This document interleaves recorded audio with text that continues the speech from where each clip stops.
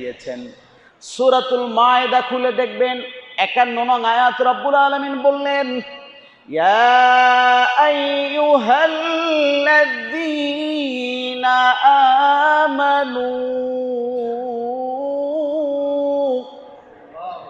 ও পৃথিবীর বিশ্বাসী মানুষেরা, ও মুমিন জাতি, তোমরা খুব ভালো করে বুঝে নাও, ভালো করে জেনে নাও, লা তাত্তাখিদুল ইয়াহুদা ওয়ান নাসারা আউলিয়া।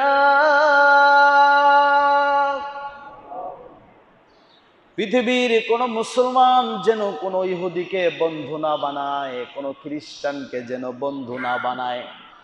কোন ইহুদির সাথে কোন বন্ধুত্বের সম্পর্ক আমাদের হতে পারে? কথাটা বলেছেন কে? আল্লাহ বললেন কোন ইহুদিকে বন্ধু বানাবে না, কোন খ্রিস্টানকে বন্ধু বানাবে না, কোন বিধর্মীকে তোমরা বন্ধু বানাবে না। কারণ হলো, এদেরকে যদি বন্ধু বানাও, এদেরকে যদি তুমি পৃথিবীর জমিনে বন্ধু হিসাবে গ্রহণ করো, দেখবে অল্প থেকে অল্প স্বার্থের জন্য তোমার মাথায় বাড়ি দিবে। ঠিক কিনা বলেন? আল্লাহ পাক বললেন, বা'দুহুম আউলিয়াউ